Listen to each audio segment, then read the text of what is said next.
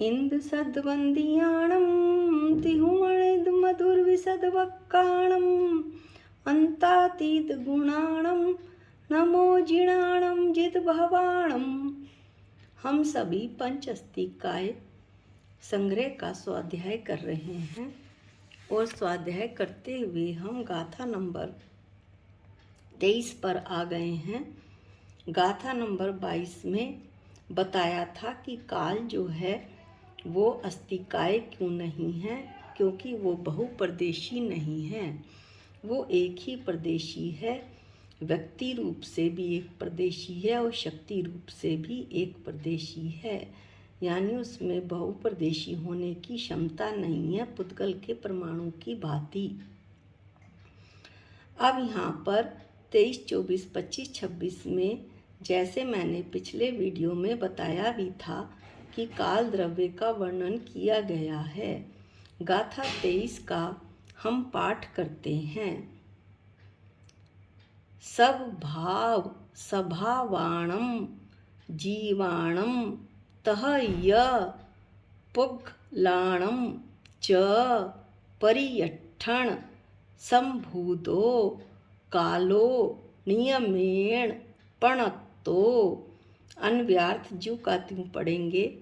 सब भाव स्वभावाणम सत्ता स्वभाव वाले कौन, जीवाणम तह य पुग्लाणम च जीवों और पुद्गलों के, परियठण संभूतो परिवर्तन से सिद्ध होने वाले कौन, कालो ऐसे काल का, नियमेण पणतो सर्वज्ञों द्वारा अरहंत भगवान द्वारा नियम से निश्चय रूप से उपदेश दिया गया है।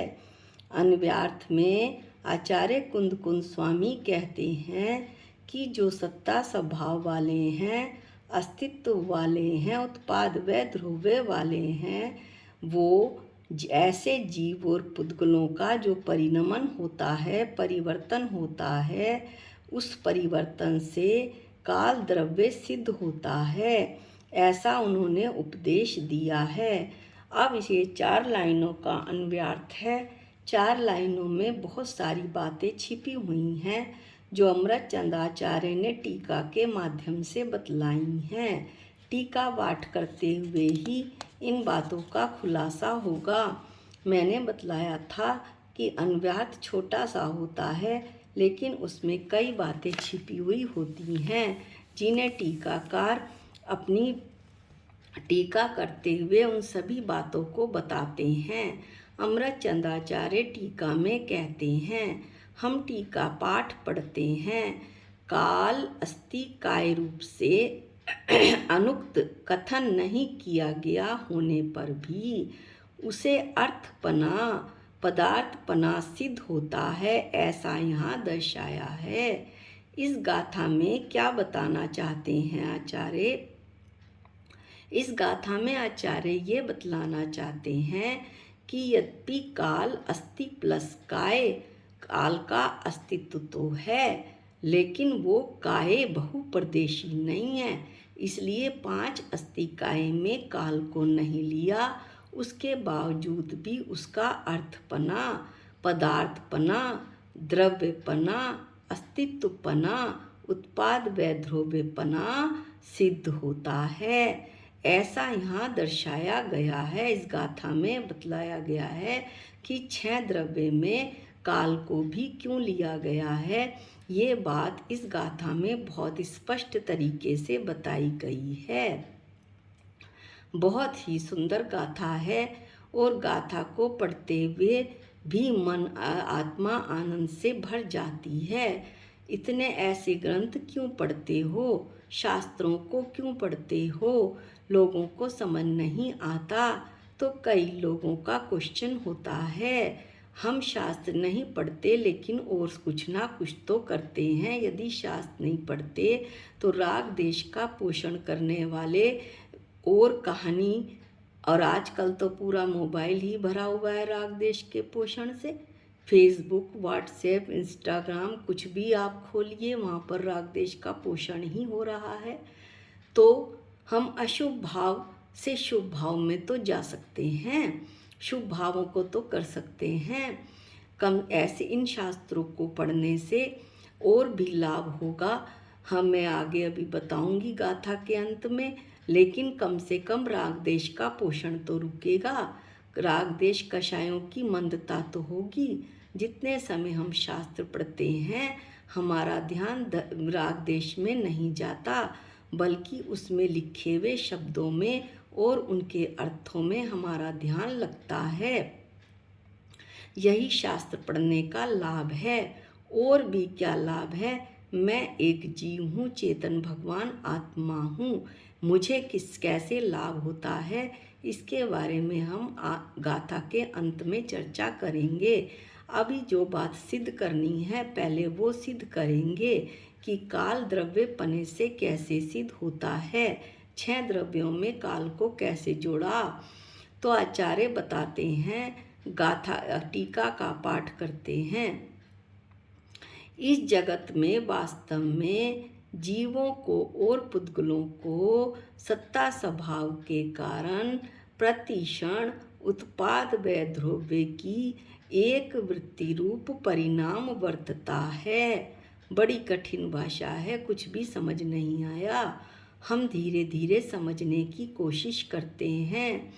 इस जगत में, इस लोक में, इस विश्व में वास्तव में जीवों को और पुद्गलों को सत्ता स्वभाव के कारण, अपने अस्तित्व के कारण क्या होता है, प्रतिक्षण उत्पाद व द्रव्य की, प्रतिक्षण क्षण क्षण में उत्पाद व द्रव्य की, जिस समय उत्पाद है उसी समय व उसी समय द्रव्य, इस तरह का एक वृत्ति रूप परिणाम यानी लगातार धारा प्रवाह परिणमन वर्तता है।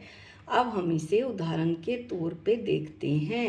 एक वृत्ति रूप परिणमन यानी जो एक क्षण में उत्पाद व द्रव्य दिखाई देता है वो अगले क्षण में अगला उत्पाद व द्रव्य दिखलाई देगा, फिर उससे अगले क्षण में अगला, उससे अगले क्षण में अगला।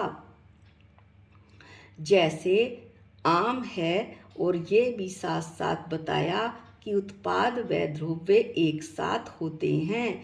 ये नहीं कि पहले कभी उत्पाद हो रहा है, फिर वह हो रहा है, फिर द्रव्य हो रहा है।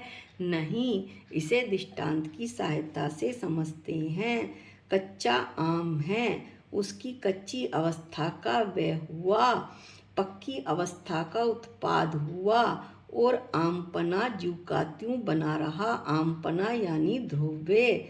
इस तरह से कच्ची अवस्था का वह, पक्की अवस्था का उत्पाद और आमपने का ध्रुव्यपना यानी कि उत्पाद व ध्रुव्यपना एक क्षण में हुआ, एक ही साथ हुआ। मिट्टी है, दृष्टांत बताया जा रहा है। मिट्टी है, मिट्टी से घड़ा बना, मिट्टी का वह हुआ, घड़े का उत्पाद हुआ, मिट्टी ध्रुव्य रही। ये सब एक क्षण में हो गया और ये जो पर्याय बदल रही हैं वो क्षण क्षण में बदल रही हैं। एक वृत्ति रूप परिणमन हो रहा है सभी का। यहाँ पर आचार्य जीव और पुद्गल की बात कर रहे हैं, लेकिन जो अन्य द्रव्य हैं, धर्म अधर्म आकाश, सभी का परिणमन हो रहा है। केवल जीव और पुद्गल को ही क्यों लिया, इसके विषय में भी आगे आचार्य बताएंगे। हम आगे गाथा पाठ करते हैं। वह परिणाम, कौन सा परिणाम? जो अभी हमने दृष्टांत की सहायता से समझा। उत्पाद व द्रव्य की एक वृत्ति रूप परिणाम वास्तव में सहकारी कारण के सद्भाव में दिखलाई देता है। यानी कि ये जो उत्पाद व द्रव्य की एक वृत्ति रूप परिणाम है, लगातार प्रवाह हो रहा है, उसके लिए कोई ना कोई निमित्त कारण जरूर होना चाहिए। निमित्त कारण यानी बाहर से कोई कारण जिसका सद्भाव हो, एक द्रव्य का दूसरे द्रव्य के साथ सद्भाव हो, तो वो भारी कारण होता है। दो तरह के कारण होते हैं, निमित्त कारण और उपादान कारण। निमित्त कारण बाहर से कारण होता है और उपादान कारण स्वयं वस्तु में होता है। जैसे यहाँ पर मिट्टी में घड़ा बनने की योग्यता थी, तो मिट्टी स्वयं उपादान कारण है। आम जो है कच्ची से पक्की अवस्था में प्राप्त होने की योग्यता थी आम पने में, इसलिए आम पना स्वयं ही उपादान कारण है।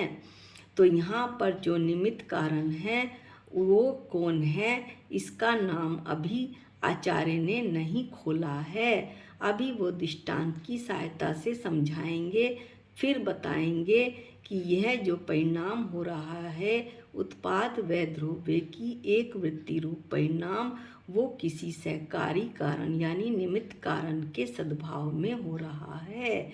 अब हम देखते हैं कैसे। अब हम गाथा पाठ करते हैं, टीका का पाठ करते हैं। गति स्थिति अवगाह परिणाम की भांति, किस प्रकार, जिस प्रकार गति स्थिति अवगाह रूप परिणाम धर्म अधर्म आकाश और आकाश रूप सहकारी कारणों के सद्भाव में होते हैं, उसी प्रकार उत्पाद व द्रव्य की एकता रूप परिणाम सहकारी कारण के सद्भाव में होते हैं।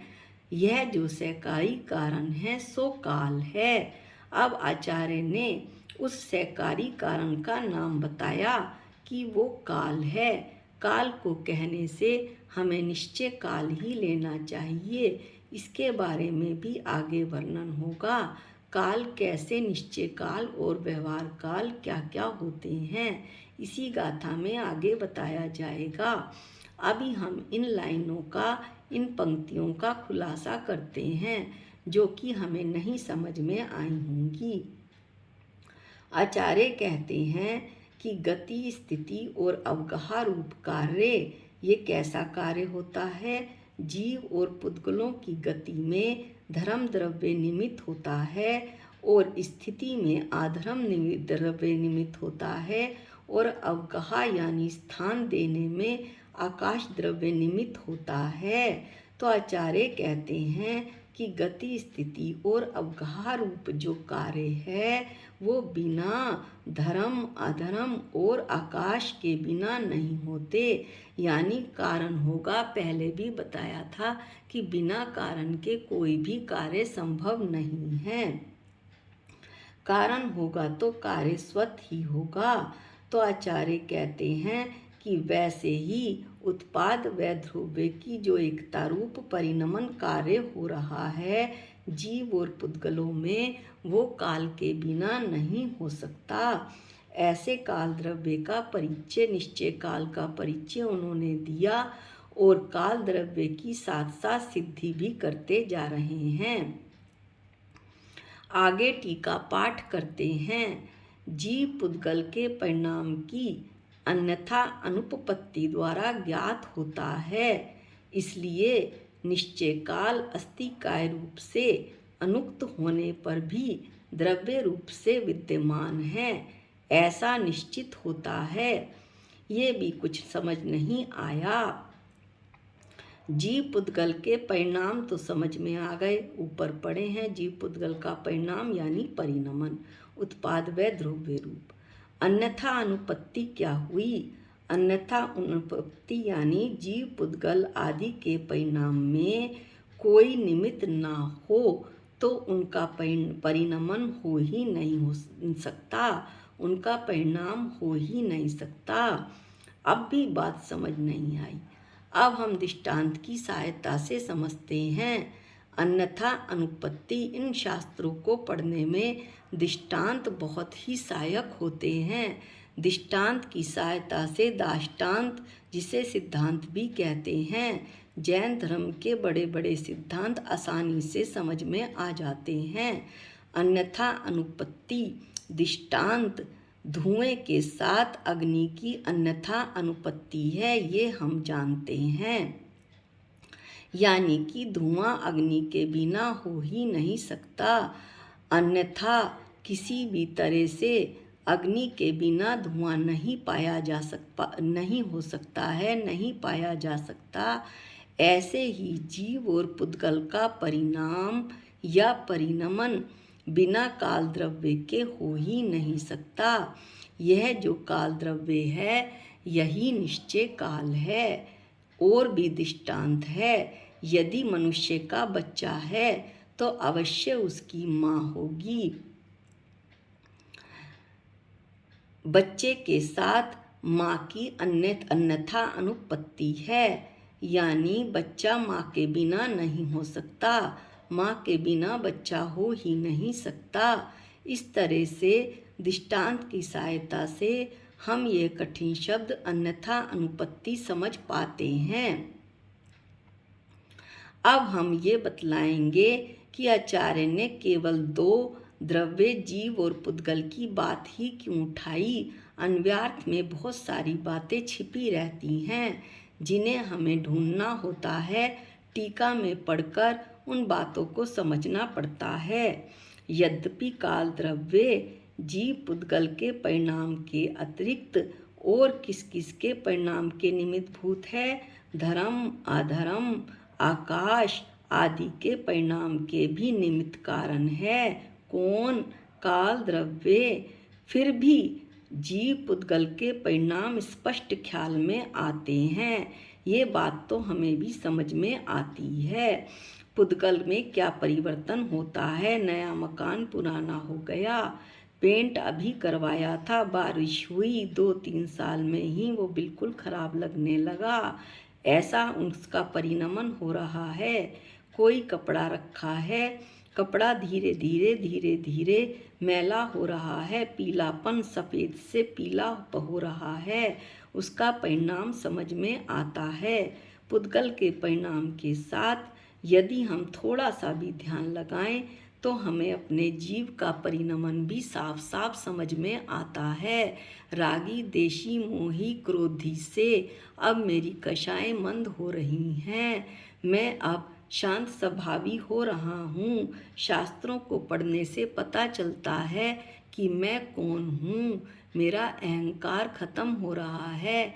मैं इस मकान को बनाने वाला हूँ नहीं, मैं कहाँ बनाने वाला हूँ। मैं तो अपने शरीर का करता नहीं हूँ, मैं तो अपने चेतन भगवान आत्मा का भी करता नहीं हूँ। वो तो केवल ज्ञाता दृष्टा है, जानना और देखना उसका काम है, उसके सिवा वो कुछ भी कर नहीं सकता। लेकिन मैं तो चेतन भगवान आत्मा अपने को मानता ही नहीं, पूरे विश्व को अपना मानता हूँ, अपनी आत्मा को अपना नहीं मानता। ऐसी अहंकार बुद्धि, कर्ता बुद्धि, भोक्ता बुद्धि ये मेरी टूटती है। मैं चलने वाला हूँ, मैं खड़े होने वाला हूँ। मैंने हाथ इधर से उधर कर लिया। कहाँ? धर्म द्रव्य के बिना तो हाथ हिलेगा भी नहीं। हाथ को अगर मैं टिकाना चाहूँ तो अधर्म द्रव्य के बिना ये हाथ टिकेगा ही नहीं, स्थिर ही नहीं होगा। यदि आकाश का साथ ना हो, निमित्त ना हो, तो मैं अपने स्पेस ही नहीं मिलेगा, हाथ को रखने के लिए स्थान ही नहीं मिलेगा। मेरा पूरा शरीर ही आकाश ने अवगाह दे रखी है। तो जो मैं अपने को कर्ता मानता हूँ, ये कर्ता बुद्धि इन शास्त्रों को पढ़ने से टूटती है और इन शास्त्रों को पढ़ने से यही लाभ है। अब ये कह रहे हैं कि जीव पुद्गल के परिणाम, यह हम अपनी बात पर आते हैं कि यद्यपि काल द्रव्य जीव पुद्गल के परिणाम के अतिरिक्त धर्म अधर्म आकाश के परिणाम का भी सद्भावी कारण है, निमित्त कारण है। लेकिन जीव पुद्गल के परिणाम मुझे स्पष्ट ख्याल में आते हैं और दिखलाई भी पड़ते हैं इस लोक में। इसलिए काल द्रव्य को सिद्ध करने के लिए मात्र इन दो के ही परिणामों की बात ली गई है। जो आचार्य ने अन्वयार्थ में बात स्पष्ट नहीं करी, वो अमृतचंद आचार्य ने इसमें टीका लिखते हुए कर दी। अब ये हो गया कि अन्यथा अनुपत्ति द्वारा ज्ञात होता है, जीव पुद्गल के परिणाम काल के बिना हो ही नहीं सकते। इसलिए निश्चय काल काल द्रव्य को ही निश्चय काल कहते हैं। जो निश्चय काल है, यद्यपि अस्तिकाय रूप से पहले भी बता दिया कि चूंकि उसका अस्तित्व है निश्चय काल का या काल द्रव्य का, लेकिन वो बहुप्रदेशी नहीं है, इसलिए उसे अस्तिकाय रूप से नहीं अनुक्त यानी कहा नहीं जा सकता, लेकिन वह द्रव्य रूप से विद्यमान है।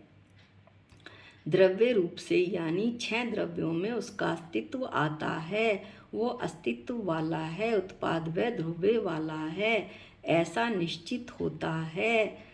अब हम आगे टीका का पाठ करते हैं। और जो निश्चय काल की पर्याय है वह व्यवहार काल है। वो गाथा नंबर 25 में व्यवहार काल को बहुत अच्छे से बताया जाएगा कि व्यवहार काल क्या होता है। व्यवहार काल समय, फिर उसके बाद निमेष, फिर घड़ी, फिर मुहूर्त, और इसके बाद मास, इसके बाद ऋतु, इसके बाद वर्ष, ये सब जो हैं वो व्यवहार काल की माप हैं।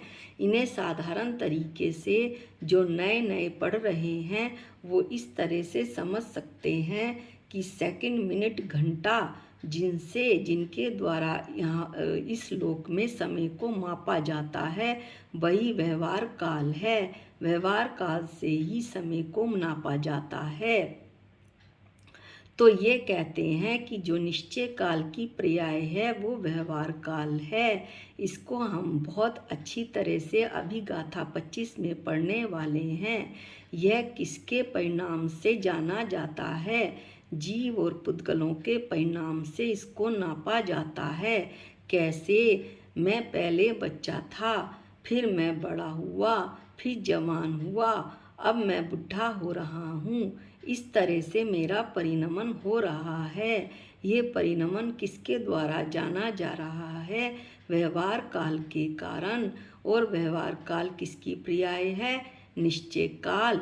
तो निश्चय काल ही इस परिणमन में के लिए निमित्त कारण है, ऐसा निश्चित हुआ। अब हम गाथा जब पाठ कर ही रहे हैं, टीका पाठ कर ही रहे हैं, तो कुछ और बातों को भी समझते चलते हैं। निश्चय काल किसे कहते हैं? जो काल द्रव्य है उसे ही निश्चय काल कहते हैं। ये अभी हमने बताया भी है। तथा लोकाकाश के एक एक प्रदेश पर एक एक काल द्रव्य, जिसे कालाणु कहते हैं, स्थित होता है। ये जो काल द्रव्य है उसमें अस्तित्व होता है, पर काय नहीं होता, वो बहुप्रदेशी नहीं होता, इसलिए इसे 5 अस्तिकायों में शामिल नहीं किया गया है। अब यहाँ पर समय भी आया है। समय को लेते चलते हैं। एक पुद्गल का परमाणु आकाश के एक प्रदेश से दूसरी प्रदेश पर मंद गति से जाता है तो उसमें एक समय लगता है। फिर जो समय है वो मिलकर निमेष बनाते हैं, असंख्यात समय निमेष बनाते हैं। ये गाथा 25 में पढ़ेंगे। फिर 15 निमेषों की एक काष्ठा होती है। इस तरह से करते करते आचार्य वर्ष पर आ जाएंगे। ये सब व्यवहार काल है। आप अभी किसी गाथा में घंटा, दिन, मिनट, सेकंड, इसे व्यवहार काल समझ सकते हैं। अब ये बात हुई कि निश्चय काल की पर्याय व्यवहार काल है और वह जीव पुद्गलों के परिणाम से व्यक्त होती है, जानी जाती है। व्यवहार काल जीव पुद्गल के परिणाम से ही जानी जाती है। इसलिए अवश्य अब ये बात सिद्ध करते हुए आचार्य कहते हैं कि तदाश्रित ही, यानी पहले गाथा पाठ पढ़ लेते हैं।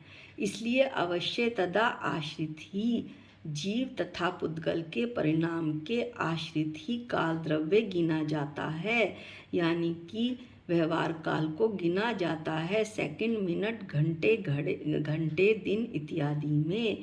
यानी कि निश्चय काल को, क्योंकि व्यवहार काल तो निश्चय काल की पर्याय मात्र है। इस तरह से जीव पुद्गल के जो परिणाम हैं वो काल पर आश्रित हैं। जीव और पुद्गल के परिणाम के आश्रित हैं और जो काल द्रव्य है वो जीव पुद्गल के परिणाम पर आश्रित है। यानी निश्चय काल के अस्तित्व के बिना, अर्थात यदि यहाँ काल द्रव्य का निमित्त कारण ना मिले, उसका सद्भाव ना हो, तो जीव पुद्गल के परिणाम बन ही नहीं सकते। इसलिए ये कहा गया कि निश्चय काल विद्यमान है, द्रव्य के रूप में, अस्तिकाय के रूप में नहीं, द्रव्य के रूप में निश्चय काल विद्यमान है, ऐसा ज्ञात होता है। इससे विपरीत बात भी ये है कि यदि जीव पुद्गल के परिणाम ना हो तो काल द्रव्य भी नहीं हो सकता। जीव पुद्गल के परिणाम से ही काल द्रव्य सिद्ध होता है, जैसे कि अन्वयार्थ में बतलाया है। दोनों एक दूसरे पर आश्रित हैं, ये बात बतलाई है। तो निश्चय काल का जो सिद्ध हुआ, निश्चय काल जीव पुद्गल के परिणाम से सिद्ध हुआ कि जीव पुद्गल के परिणमन से निश्चय काल सिद्ध होता है। यही बात हमें सिद्ध करनी थी कि निश्चय काल की जो इनकी जीव और पुद्गलों की उत्पाद व ध्रुव्य की एक वृत्ति रूप परिणाम होता है, वही निश्चय काल की माप है। उसी से वही उसका जो निमित्त कारण है, सहभावी कारण है, वो काल है एक वृत्ति रूप परिणमन करने में। अन्यथा अनुपत्ति यानी जीव और पुद्गलों की जो अन्यथा अनुपत्ति है, यानी जीव पुद्गल के परिणाम काल द्रव्य के बिना हो ही नहीं सकते। अब इस गाथा में 3 बात स्पष्ट हुई कि जीव और पुद्गल सत्ता स्वभाव वाले हैं। पहली बात, 3 क्या 4-5 पॉइंट बनते हैं कि जीव और पुद्गल अस्तित्व वाले हैं, उत्पाद व ध्रुव्य वाले हैं, पहला पॉइंट। दूसरा पॉइंट, इनमें प्रतिक्षण उत्पाद व ध्रुव्य की एक वृत्ति रूप यानी धारा प्रवाह, प्रतिक्षण क्षण क्षण क्षण क्षण क्षण क्षण परिणमन परिणमन परिणमन होता है। किसमें? जीव और पुद्गल में। इन जीव और पुद्गल के परिणमन में जो सहकारी कारण है वो काल द्रव्य है। गति स्थिति अवगाह परिणाम की भांति, जहाँ पर धर्म अधर्म आकाश द्रव्य इन परिणाम में सद्भावी निमित्त कारण है, ऐसा हमें गाथा हमने पढ़ ली और अच्छे से समझ भी आ गई होगी। दृष्टांत भी ले लिए, इसमें अपने लिए क्या निकला वो भी पता चल गया कि मैं कर्ता भोक्ता बनता हूँ, अहंकारी बनता हूँ, जबकि मैं कुछ भी नहीं कर सकता। ये द्रव्य जो हैं, इनके सभी द्रव्य एक दूसरे की सहायता करते हैं, सहभावी कारण बनते हैं। मैं इनमें कुछ भी करने वाला नहीं हूँ, मैं तो चेतन भगवान आत्मा हूँ और जानने देखने के अलावा मैं कुछ भी कर ही नहीं सकता। मैं चेतन भगवान आत्मा हूँ, इसके अलावा मैं विश्व में कुछ भी नहीं हूँ, ऐसा। जब तक मैं 6 द्रव्यों को नहीं जानूंगा, 5 अस्तिकाय को नहीं जानूंगा, तब तक अपने जीव द्रव्य को कैसे पहचानूंगा। यही मेरा मनुष्य जन्म लेने का और जैन धर्म और जैन कुल और शास्त्रों की संगत होने का यही सबसे बड़ा उद्देश्य है कि ये मुझे पता चल सके कि मैं कौन हूँ। मैं एक जीव हूँ, चेतन भगवान आत्मा हूँ। आज के लिए इतना ही। अगली जो गाथा है अगले वीडियो में पढ़ेंगे। निज निधि निज में बताई, ये अनंत उपकार है, इसके लिए जिन वाणी माँ को वंदनानंत बार है, वंदनानंत बार है। सबको जय जिनेंद्र।